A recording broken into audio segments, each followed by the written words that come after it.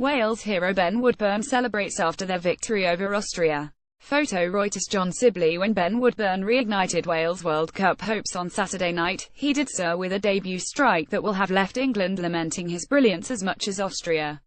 Woodburn, who scored the only goal in the Group D World Cup qualifier at the City of Cardiff Stadium, is one of several starlets who could have pledged loyalty to the Three Lions instead of the Welsh Dragon.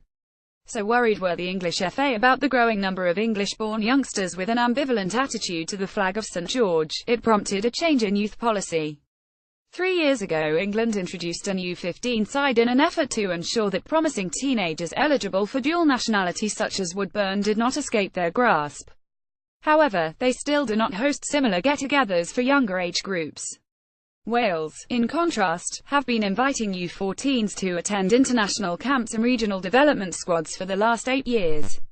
This was crucial in eradicating ambiguity where Woodburn was concerned. The Liverpool prospect was born in England, schooled in England and developed at an English academy, but he has always considered himself Welsh. His sense of national identity passed from his Swansea-born grandfather. Opportunity. Those close to the 17-year-old insist he would never have played for England no matter what age the opportunity came. Wales called Woodburn into their Northern Regional squad when he was 12. The structure revolutionised under the visionary work of Ozian Roberts, their assistant manager and technical director, and Ian Brush, the elite performance director of the Welsh FA Trust. At the Dragon Park National Development Centre in Newport, which opened 4 years ago, youngsters have Welsh patriotism nurtured as much as football skills. Youngsters must learn and sing their national anthem at each get-together, while legends of Welsh football attend coaching sessions to offer a glimpse of the pathway ahead. Woodburn's idol is Aaron Ramsey, one of the first and most successful to come through the system.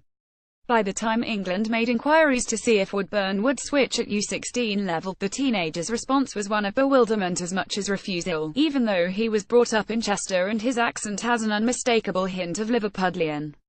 Woodburn is not the only one England have looked at. Tyler Roberts of West Bromwich Albion, born in Gloucester, and Chelsea's Ethan Ampadu, born in Exeter, are also eligible for both countries, but their togetherness within the Welsh setup has helped resist advances. Ampadu, son of Dublin-born former Arsenal player Kwame Ampadu, who is now coaching the Gunners U18s, is also eligible for Ireland. Coleman correctly highlighted how Woodburn's winner against Austria was the first senior return on years of youth investment. He never doubted the teenager would remain in a Welsh jersey.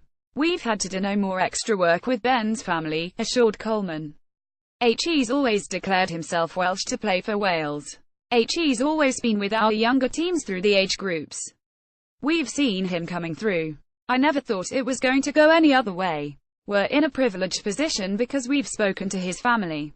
Ozian Roberts has done a lot of communication, not with just Ben but a lot of our youngsters. As I have myself, but that's our jobs. Woodburn proved he was ready to debut, his winner on 74 minutes bruising the net and probably changing his life, certainly in terms of his profile in his homeland, where his name echoed around Cardiff's bars. Into the early hours. He came to Portugal with us before we played Serbia and he was outstanding, as were young Harry Wilson and Ethan Ampadu. "These boys are good," said Coleman. "If I thought he was going to be out of his depth I wouldn't put him through that. It wouldn't be fair on him. I felt he had something to offer because I've seen a lot of him. Thankfully for us it worked out." Woodburn was granted a standing ovation on his return to the Welsh dressing room. It was not just the goal that impressed but his composure during a frantic, nervous finale. He would have claimed an assist had Hal Robsinganu taken advantage of a sumptuous pass. "It was a dream come true," said the youngster, who revealed his initiation into the Wales squad involved singing the Benny King classic Stand By Me.